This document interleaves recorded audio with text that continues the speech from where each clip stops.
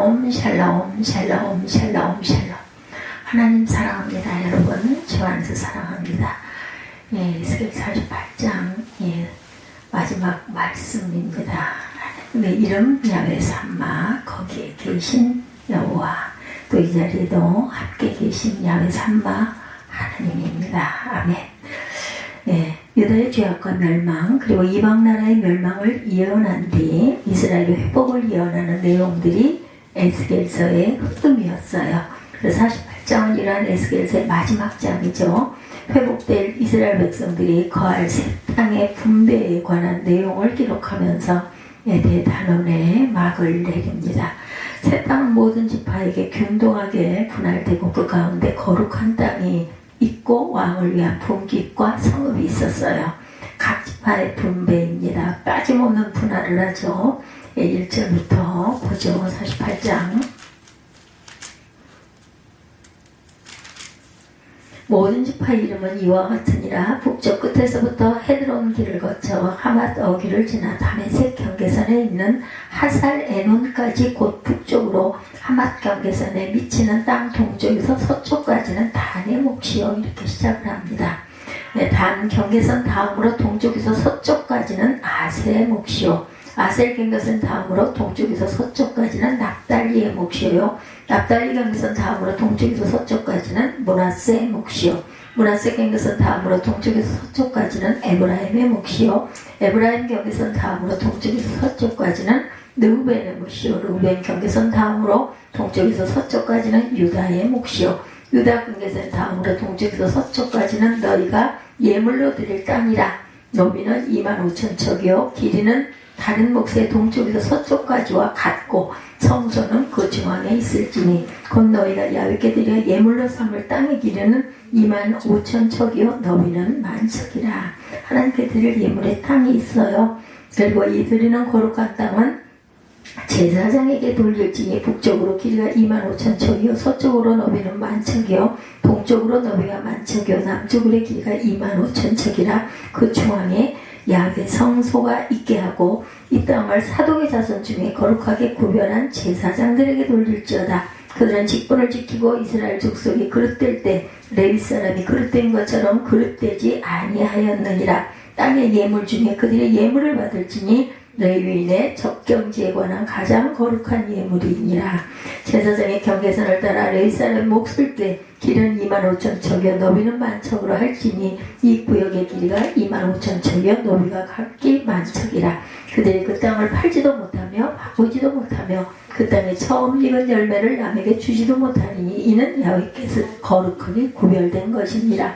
이 25,000척 다음으로 너비 5,000척은 속된 땅으로 구분하여 성읍을 세우며 거주하는 곳과 전원을 삼되 성읍이 그 중앙에 있게 할지니 그 크기는 북쪽도 4,500척이요 남쪽도 4,500척이요 동쪽도 4,500척이요 서쪽도 4,500척이며 그 성읍의 들은 북쪽으로 250척이요 남쪽으로 250척이요 동쪽으로 250척이요 서쪽으로 250척이며 예물을 삼아 거룩히 구별할 땅과 연접하여 남아있는 땅의 길이는 동쪽으로 10,000척이요 서쪽으로 10,000척이라. 곧 예물을 삼아 거룩하게 구별할 땅과 연접하였으며 그 땅의 소산을 성읍에 일하는 자의 양식을 삼을지라. 이렇게 나뉘었어요.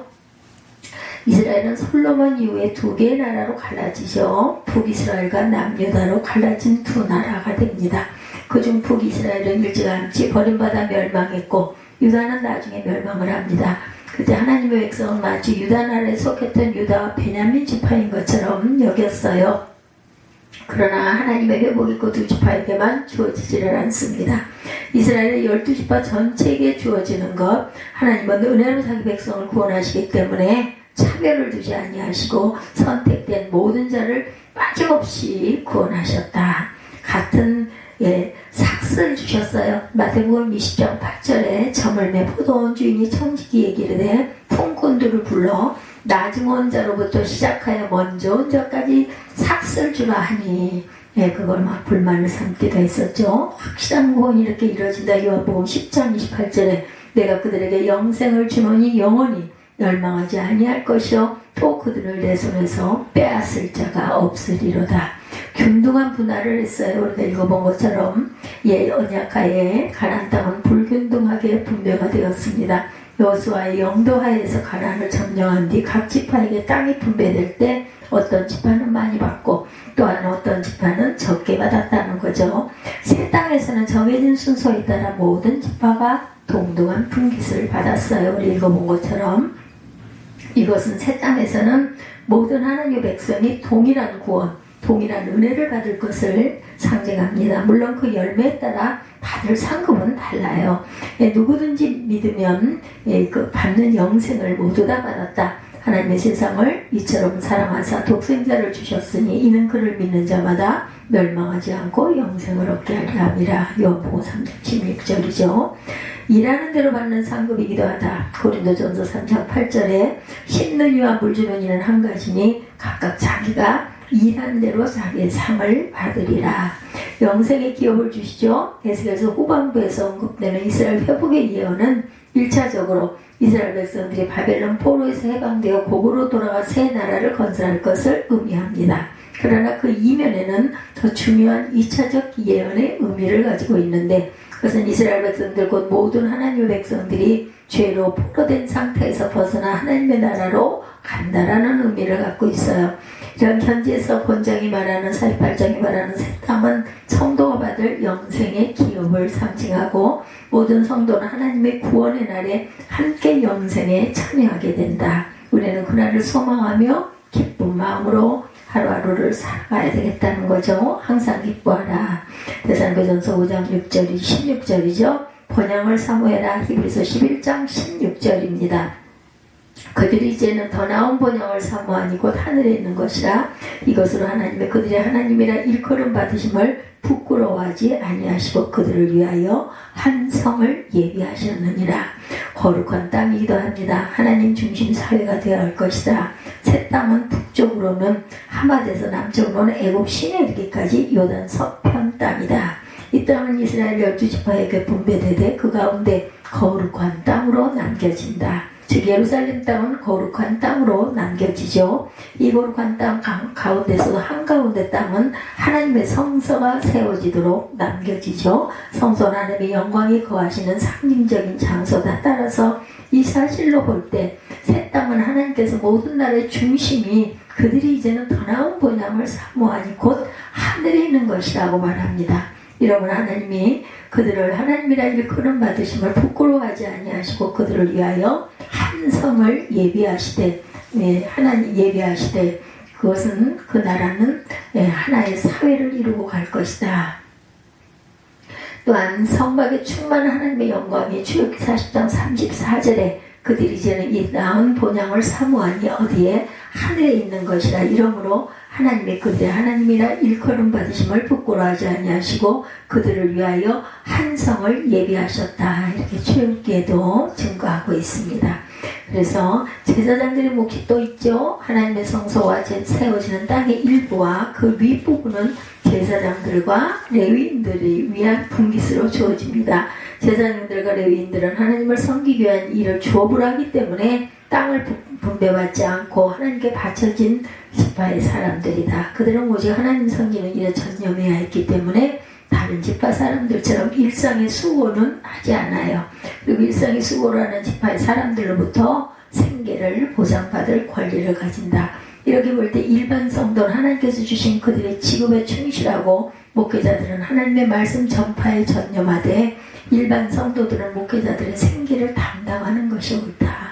일꾼이 받을 마땅한 몫입니다. 마태복음 10장 10절에 여행을 위하여 배낭이나 두보롯이나 신이나 지팡이를 가지지 말라. 이는 일꾼이 자기 먹을 것을 받는 것이 마땅함이라 말씀합니다. 또한 복음 사역자의 생활권이 보장된다고 고린도전서 9장 9절에도 모세의 율법에 곡식을 밟아 떠는 소에게 망을 씌우지 말라 기록하였으니 하나님께서 어찌 소들을 위하여 염려하시느냐. 그리고 또한 공동상의 사회를 위한 장소가 예비되죠. 하나님의 성소가 세워질 거룩한 땅 아래에는 성읍과 성읍까지가 세워질 땅으로 남겨집니다. 성읍과 성읍까지는 12지파로 이루어진 이스라엘 백성들이 나라의 번영과 안녕을 도모하기 위해서 공동으로 모여 활동할 장소를 말합니다. 그래서 그 성읍은 12개의 문을 가지되 12지파 이름이 각 문에 새겨진다. 한편 새 땅에 이와 같은 성읍과 성읍 가지가 세워진다는 것은 새 땅에서는 반목과 질시로서가 아니라 화합과 협동으로 백성 곧 하나님의 백성이 조화롭게 살아갈 것을 암시합니다. 협력해야 할 지체다. 고린도전서 12장 25절에 몸 가운데서 분쟁이 없고 오직 여러 지체가 서로 같이 돌보게 하셨느니라. 너희끼리 화목하라. 데살로니가전서 5장 13절이죠. 그들의 역사로 말미암아 사랑 안에서 가장 귀히 여기며 너희끼리 화목하라. 왕을 위한 땅과 성읍의 출입구가 다르게 각각 나타나죠. 왕을 위한 영원한 분깃이 또한 주어집니다. 유다 베냐민 지파 사이에는 거룩한 땅이 남겨져요. 거룩한 땅 가운데는 성소가 세워지고 그 위쪽은 레위인을 위한 기업으로 주어졌고 그 아래쪽은 성읍과 성읍 가지를 위한 땅으로 기지를 위한 땅으로 제공이 됩니다. 한편 성소 좌우편의 땅은 왕의 기업으로 주어졌죠. 이 왕의 기업으로 주어지는 땅은 여호수아의 분배 때는 없던 장소였다. 하나님께서 새 땅에서 왕에게 영원한 기업을 주시는 이유는 왕이 기업을 기점으로 가져서 백성의 재물을 착취하지 않게 하기 위함이라. 이스라엘 방백들의 강포가 있어서 에스겔 34장 4절에 너희가 그 연약한 자를 강하게 아니하며 병든 자를 고치지 아니하며 상한 자를 싸매주지 아니하며 쫓기는 자를 돌아오게 하지 아니하며 잃어버린 자를 찾지 아니하고 다만 포악으로 그것들을 다스렸도다. 책망하시죠. 그래서 공의를 행해야 할 권세자가 있다고 로마서 13장 4절에 증거하고 있습니다. 우리 로마서 13장 4절 잠깐 찾아보도록 합니다. 로마서 13장 4절 보죠.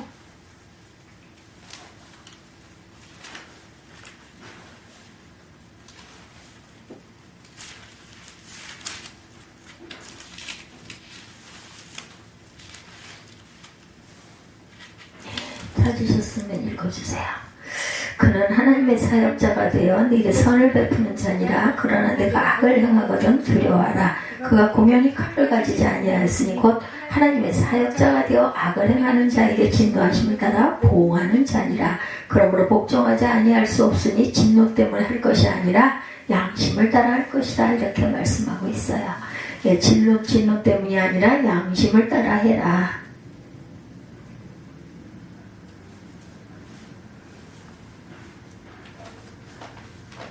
만백성의 나라죠. 옛 언약하에서 이스라엘 나라는 기본적으로 모든 이방 나라에게 개방적이었지만 형식적으로는 폐쇄적이었다.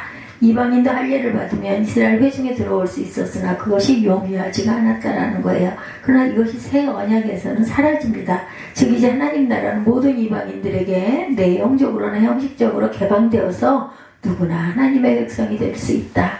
다 내게로 오라고 말씀하죠. 마태복음 11장 28절이죠. 수고하고 무거운 짐진 자들아 다 내게로 오라. 내가 너희를 쉬게 하리라.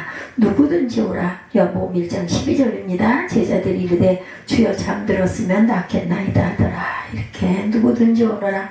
야훼 삼마 하나님의 그 말씀입니다. 성읍에는 출입구가 12개가 있다. 12문이 있죠. 야훼 삼마라는 말을 번역하는 야훼께서 거기 계신다라는 뜻을 갖고 있어요. 삼마 그 교회 이일성 그 목사님이 아마 이 은혜를 받으신 것 같습니다. 에스겔 마지막 48장에. 그래서 교회를 지으시면서 이름을 바꾸신 게 야훼 삼마였어요. 하나님께서는 새 땅에서 이스라엘 모든 지파와 함께 하실 것이다. 다시 말하면 하나님께서는 모든 하나님의 백성들과 동거하시며 동행하신다. 하나님의 나라에서는 하나님과 떨어져 사는 사람이 단 한 사람도 없이 모두 하나님 안에 거하는 축복을 누린다. 함께 하시는 하나님이에요. 계시록 21장 3절에 이스라엘 땅에게 이르기를 야훼의 말씀에 내가 너를 대적하여 내 칼을 칼집에서 빼어 의인과 악인을 내게서 끊을지라. 12지파의 이름입니다. 계시록 21장 12절에 인자에 너는 부르짖어 슬피 울지어다. 이것이 내 백성에게 임하며 이스라엘 모든 고관에게 임함이로다. 그들과 내 백성이 함께 칼에 넘긴 바 되었으니 너는 내 넓적 다리를 칠지어다 이렇게 말씀하고 있어요. 그래서 우리가 어디까지 읽었죠? 18절부터 예물을 삼아 거룩히 구별할 땅과 연접하여 남아있는 땅의 길이는 동쪽으로 만천이요 만척이요 서쪽으로 만척이라 곧 예물을 삼아 거룩하게 구별할 땅과 연접하였으며 그 땅의 소산을 성읍에서 일하는 자의 양식을 삼을지라. 이스라엘 모든 집밥 가운데 그 성읍에서 일하는 자는 그 땅을 경작할지니라. 그런즉 예물로 드리는 땅의 합계는 길이도 25,000척이요 너비도 25,000척이라. 너희가 거룩히 구별하여 드릴 땅은 성읍의 기지와 합하여 네모 반듯 할 것이니라. 거룩하게 구별할 땅과 성읍의 기지 좌우편에 남은 땅은 군주에게 돌릴지니 거룩하게 구별한 땅의 동쪽을 향한 그 경계선 앞 25,000척과 서쪽을 향한 그 경계선 앞 25,000척이라.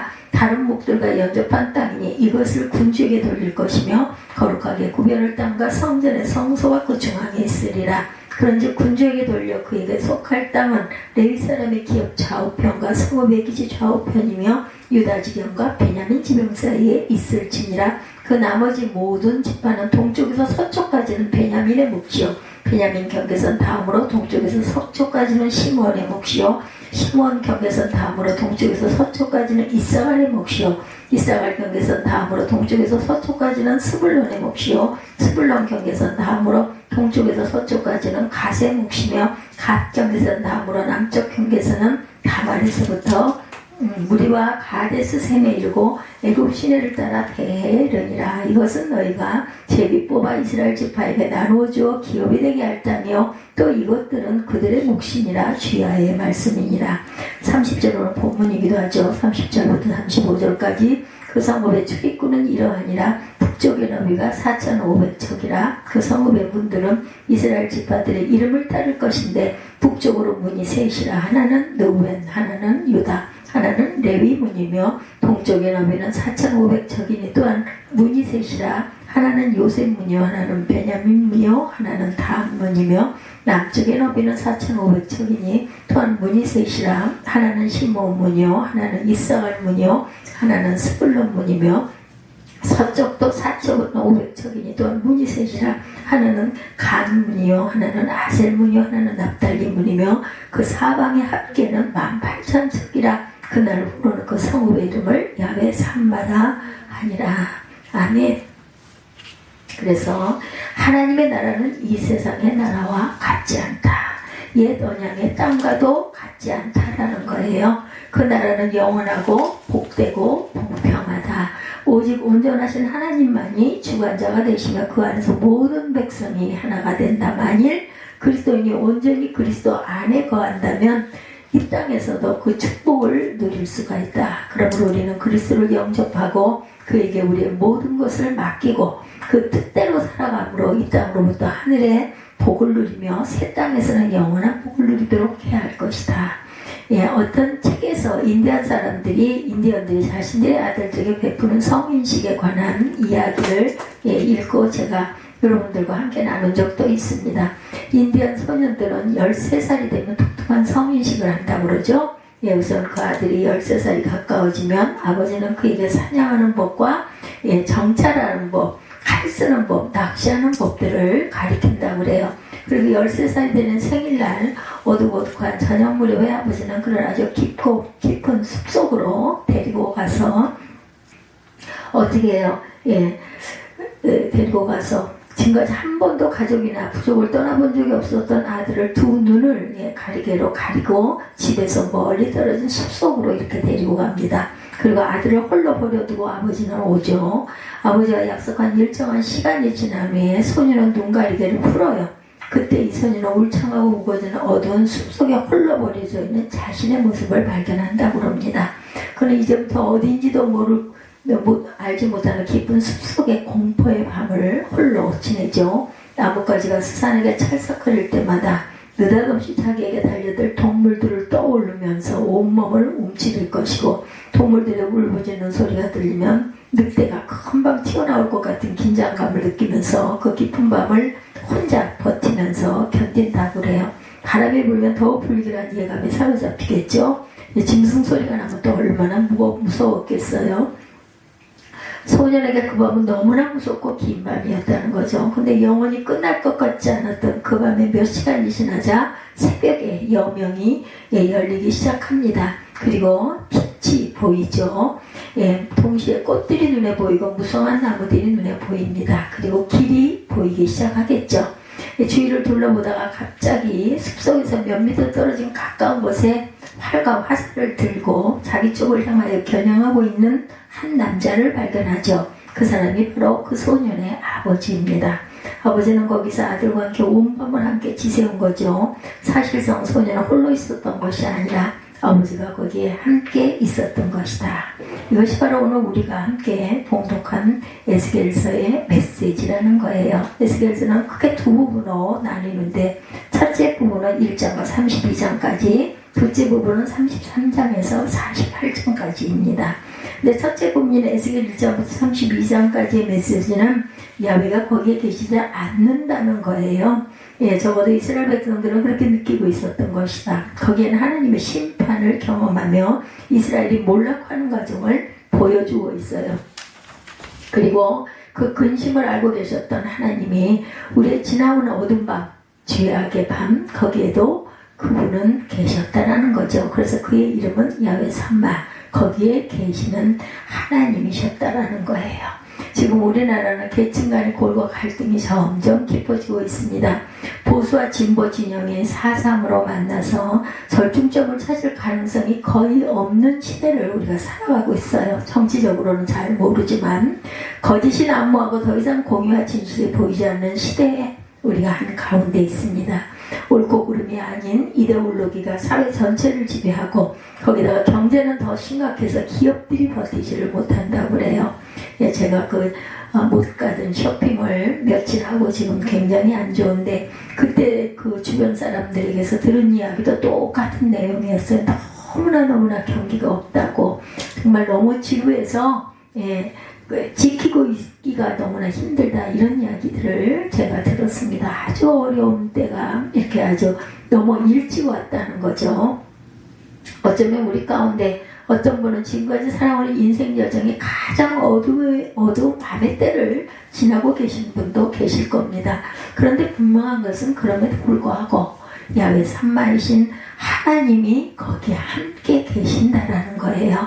우리가 깨닫지 못했을 뿐이지 지나가는 우리의 과거에도 하나님은 거기에 계셨고, 그렇기 때문에 오늘 우리가 여기 이곳에서 우리가 예배를 드릴 수가 있는 것이라는 것. 그렇다면 그분 때문에 우리가 여기까지 올 수 있었다면 그분 앞에 우리는 항상 감사해야 된다. 여기까지 인도하신 에베네셀 하나님께 찬양을 진정과 신령으로 드려야 할 줄로 믿습니다. 지나온 시간들이 힘들고 어려웠어도 신실하신 우리 하나님은 언제나 묵묵히 그 자리에 그렇게 계셨다는 것. 아까 아버지가 아들을 향하여 짐승들을 겨냥하려고 활과 화살을 준비하고 시기를 당기고 있었던 것 같은, 우리는 모르지만 항상 지키시는 하나님, 야훼 삼마를 통해서 우리에게 계신 하나님은 또 어떤 하나님이실까? 두 번째로 그는 현재에도 여기에 계시는 하나님, 과거에도 거기에 계셨던 하나님. 구원의 사건은 그리스도인이 경험하는 것 가운데 가장 위대한 사건임을 부인할 사람은 아무도 없습니다. 구원이 우리의 신앙 여정의 마지막이 아니죠. 그것은 진지하고도 새로운 시작에 불과하다.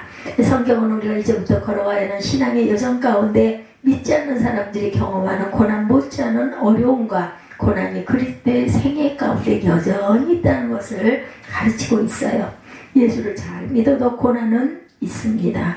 어쩌면 믿지 않는 사람들이 경험하는 어려움보다 더 극심한 어려움이 있을 수도 있어요. 왜 그래야 하느냐고 묻지 말자는 거죠. 그것은 오직 하나님만이 아시는 일이고, 또한 고난이 유익이라고 합니다. 그것을 통해서 그것을 통과하면서 지나오면서 우리가 또한 단단해지죠. 깨달아갑니다. 그러나 분명한 것은 우리의 유익을 위해서 주께서 아직도 우리 인생의 길에 고난을 허용하고 계신다라는 것. 그리고 우리가 이 고난에 직면할 때마다, 그 고난을 통과할 때마다, 고난의 무게가 너무 힘들 때마다 그리스도인들은 투정을 하기도 하죠. 하나님 안 계십니까? 어디에 계십니까? 너무나 아프고 너무나 힘듭니다. 그러나 우리가 이렇게 푸념마다 마침내 그분의 도우심을 통해서 그 고난의 언덕을 넘어섰을 때 우리가 공통적으로 주님께 드리는 고백, 그 대답은 어떤 대답일까요? 여러분들 구약의 예를 들어봅니다. 창세기 보면 형 에서의 장자권을 가르친 야곱이 형의 분노를 피해서 혼자 머나먼 삼촌집 라반의 집 하란으로 떠나는 대목이 있어요. 그죠? 외삼촌 라반의 집으로 가다가 너무 힘들고 지쳐 들판에서 하룻밤을 보내게 됩니다. 그러나 에스겔서는 거기에 끝나지 않죠. 두 번째 부분인 33장부터 48장까지 들어가면서 야훼가 거기 계시다는 중심 메시지를 발견하게 된다. 두 번째 본문에서 이스라엘 회복이 예언되죠. 다시 이렇게 일어나는 거, 어떻게 일어나고 있는가를 보여주고 있어요. 첫 번째 부분인 32장이 끝나고 33장에 들어가면 21절에서 결정적으로 이스라엘의 수도였던 예루살렘 성이 몰락하는 모습을 보게 됩니다. 33장 21절 함께 보죠. 33장 21절 찾아서 봅니다.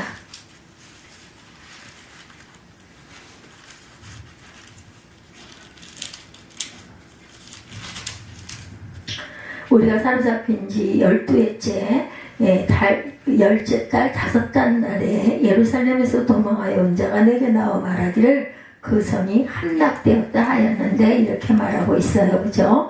성이 함락되었어요. 예루살렘은 적의 수중에 떨어져 함락되었고 이제부터 이스라엘 백성들은 포로가 됐어요.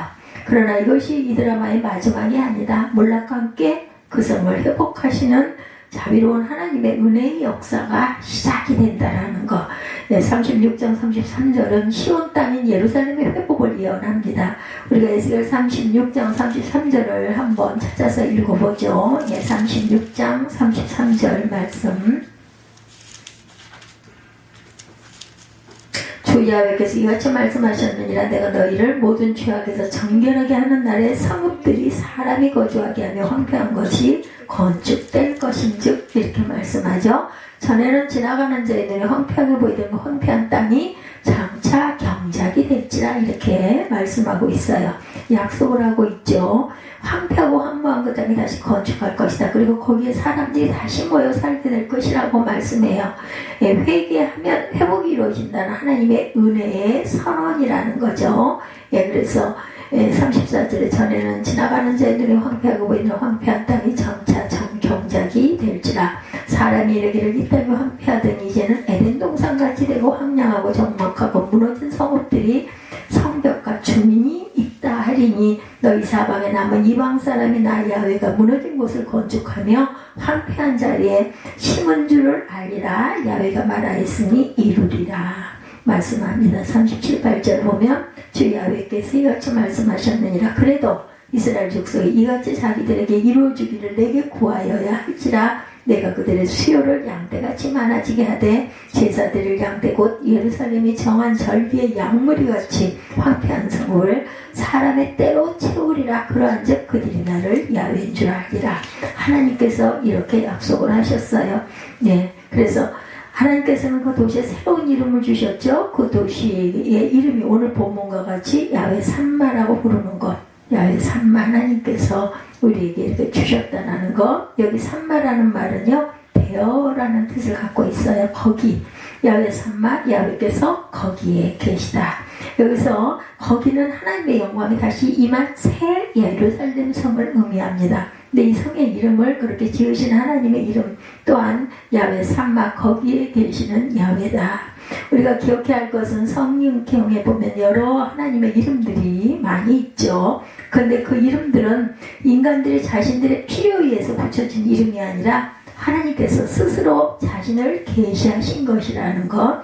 하나님께서 어떤 분이신가를 당신의 이름을 통하여 스스로 알려주고 계세요. 우리에게. 따라서 우리가 스스로 계시하신 하나님의 이름을 안다는 것은 하나님이 어떤 분이신가를 알아간다라는 것을 뜻합니다. 그 다음 오늘 본문의 이름을 통해서 계시된 야훼 산마의 하나님은 어떤 하나님이셨는가? 첫째, 그는 과거에도 거기 계셨던 하나님이다.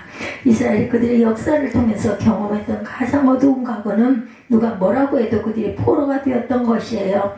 우선 이스라엘은 애굽이라는 나라의 포로가 되었어요. 그렇죠? 그리고 역사 속에 있습니다. 얼마 되지 않아 바벨론이라는 나라에 70년 동안 포로 생활을 또한 하게 되죠. 본문의 배경은 바로 이 바벨론 포로 생활을 배경으로 하고 있고, 하루 이틀도 아니고 무려 70년 동안 노예 생활을 한번 상상해 보세요. 한 세대가 끝나고 다음 세대 또한 고통을 받는 거죠. 과거 우리나라가 일본으로부터 당해야 될 36년 동안의 노예 생활도 우리 역사에 치유하기 어려운 상처를 남겼는데 거의 고비예요. 그저 70년 온전히 멸망이 되었을 것이다. 그런데 이처럼 바닥까지 떨어진 절망의 자리에 하나님이 개입하시자 갑작스럽게 놀라운 해방의 역사가 일어납니다. 그렇기 때문에 하나님께서 하시는 것은 사람이 할 수 없는 기적이 일어나는 거예요. 말이 돼? 그게 어떻게 돼? 됩니다.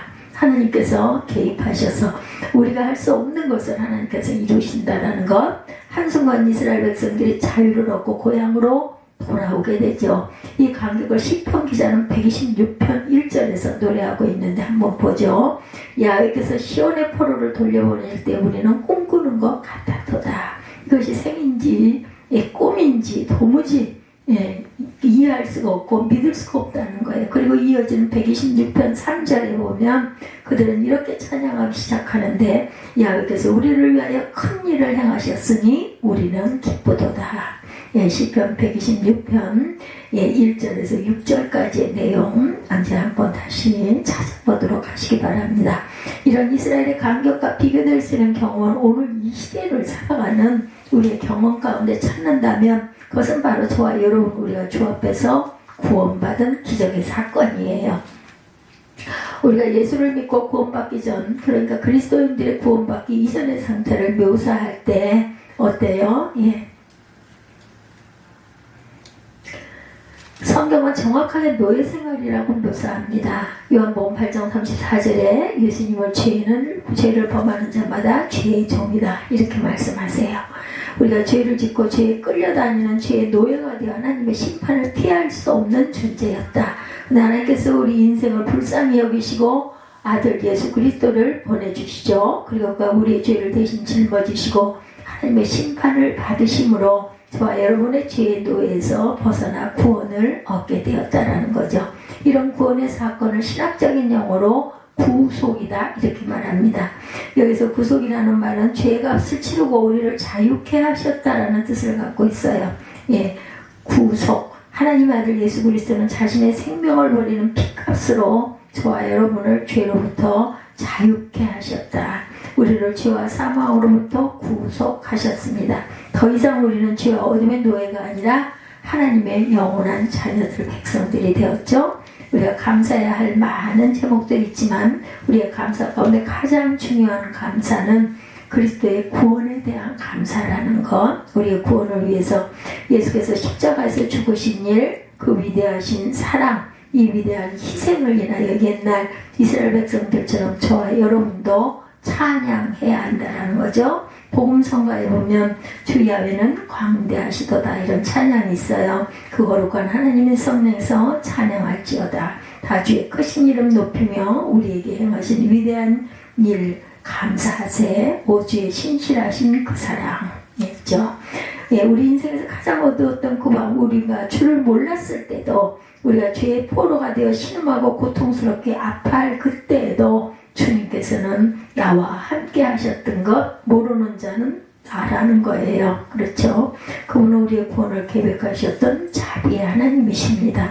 출애굽기 33장 7절에 보면 노예 생활을 하던 백성들의 모습을 하나님께서 어떻게 생각하시는가에 대해서 증거합니다.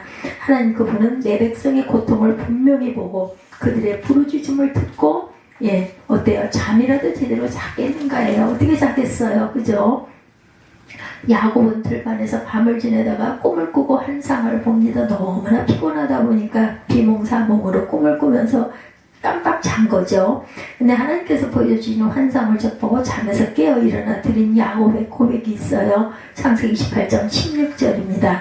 야곱이 잠이 깨어 이르되 야곱께서 과연 여기에 계시거늘 내가 알지 못하였도다. 이렇게 고백하고 있습니다.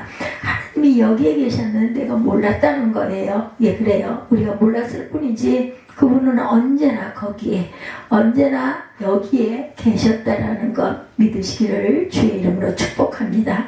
이번에는 신약의 예를 봅니다. 예수께서 십자가에 돌아가신 후에 모든 것이 끝났다고 판단을 했던 제자들이 뿔뿔이 흩어지죠. 흩어진 제자들 중에 역시 모든 희망을 포기하고 절망 가운데 엠마오 길을 가다 걸어가던 두 제자의 모습을 여러분들 기억하실 거예요. 상황이 끝났다고 판단했어요. 예수도 신앙도 희망도 모든 것은 하나의 착각일 따름이라고 하늘을 향해 냉소하며 길을 가던 두 제자의 곁에 누군가가 소리 없이 다가오시죠. 예수님이십니다. 누가복음 저자인 누가는 이 대목에서 아주 흥미있는 기록을 남기고 있어요. 누가복음 24장 16절에 그들이 눈이 가려져서 그인 줄 알아보지 못하거늘. 그분을 몰라봐요. 눈이 가려졌기 때문에. 그죠? 영의 눈이 감겼어요. 육의 눈도 감겼어요. 그렇지만 그분은 거기에 계셨다라는 거, 부활하신 주님, 우리의 구세주이신 예수님은 거기에 계셨습니다. 단지 제자들이 몰랐을 뿐이라는 것. 나와 함께 하신 임마누엘의 하나님을 내 눈이 감겨서 내가 알지 못했다. 저와 여러분이 몰랐을 뿐이에요. 눈이 가리워졌기 때문에, 막이 씌워졌기 때문에. 그러면 어떻게 해야 돼요? 눈을 떠야겠죠. 눈을 감지 말고 눈을 떠야 합니다. 이 시간 옆에 있는 분에게 말씀하십시다. 눈을 뜨시기 바랍니다. 이제 눈을 뜨세요. 그러기 위해서 어떻게 내 혼자 힘으로 안 될 때 성령의 도우심을 구해야 되죠. 주님, 제 눈을 열어 주옵소서. 2024년 저와 여러분이 이제 2023년을 걸어왔던 그 인생길을 다시 한번 되돌아보고 새로운 2024년 눈을 뜨고 걷게 하시옵소서. 지난 한 해 동안 우리가 절망했을 때, 우리가 그렇게 분노하고 싶었던 그때, 내가 속았다고 느꼈을 그때, 마음도 몸도 지쳐서 포기하고 싶도록 심하고 아팠던 그때, 우리가 몸소리치도록 뼛속까지 시릴 정도로 외로웠던 그 밤 그 시간에 우리 주님은 거기에도 계셨습니다. 인생의 들판에 아무도 나를 이해하는 사람이 없다고 느낀 나머지 나는 그냥 홀로라도 느꼈던 바로 그때, 남편도 아내도 자녀도 아무런 의미 없이 나는 혼자라고 느꼈을 바로 그때, 우리가 기억해야 할 것은 그분은 변함없는 사람으로 내 옆에 내 안에 계셨다라는 것. 단지 우리가 몰랐을 뿐이다. 그는 거기에 계셨고 지금도 여기에 계시고 믿으시기를 주의 이름으로 축복합니다. 우리가 믿는 하나님이 저 높고 높은 곳에만 계시는 분이라고 한다면 우리 인생 여정이 얼마나 외롭고 힘들겠어요. 우리가 믿는 하나님이 우리와 전혀 관계하지 않는 처음에 멀리 계신 분이라고 한다면 하나님을 믿을 이유가 없죠. 분명한 것은 이 순간에도 우리가 걸어가는 하나님길, 우리 엠마오 길에 여전히 함께 동행하고 계신다. 그 이름은 지금도 변함없는 야훼 삼마, 거기에 계신 야훼 하나님, 여기에 계신 야훼의 신실하신 하나님이십니다. 이 사실을 지금이라도 깨달았다면 우리는 이렇게 고백해야 할 거예요. 주님, 몰라서 원망하고 불평하고 좌절했습니다. 그러나 이제는 감사하겠습니다. 감사드리오니 주의 감사를, 우리의 감사를 주여 받아 주시옵소서. 그래서 그 이름은 지금도 변함없는 야훼 삼마, 거기에 계신 저와 여러분의 하나님이십니다. 그런 하나님을 어떤 하나님이시라고요? 셋째로 그 미래도 거기에 계시는 하나님이실 거다. 예전에도 계셨고 지금도 계시고 앞으로도 계실 야훼 삼마 하나님. 에스겔 선지자는 에스겔서의 대단원을 마무리하는 마지막 구절에서 35절에 보면 그 사방의 합계는 18,000척이라 그날 후로는 그 성읍의 이름을 야훼 삼마라 하리라. 예루살렘 성의 둘레가 지금의 단위로 계산하면 9km 정도라 그러네요. 그렇게 크게 느껴지지는 않아요. 그러나 종전의 예루살렘 성의 둘레보다는 넓어진 모습이고, 그런 본문에서 에스겔 선지자는 예루살렘 성이 회복되고 넓어졌다는 것을 강조하는 것에서 끝나지 않습니다. 그 성의 이름이 야훼 삼마, 야훼께서 거기에 계셨다라고 강조합니다.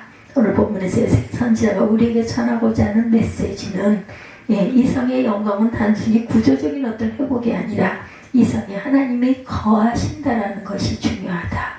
영광스럽고 충만하신 하나님의 온전하신 임재가 제한 없이 드러나는 것이야말로 이성의 영광이 된다라는 것. 에스겔서에 보았던 회복된 예루살렘 환상은 여기서 끝나지는 않죠. 이 도시는 궁극적으로 하나님께서 자기 백성을 위해 준비하신 새 예루살렘 섬의 그림자에 불과하다. 그래서 오늘 본문에 연결점이 있다면 요한계시록 21장으로 연결이 됩니다.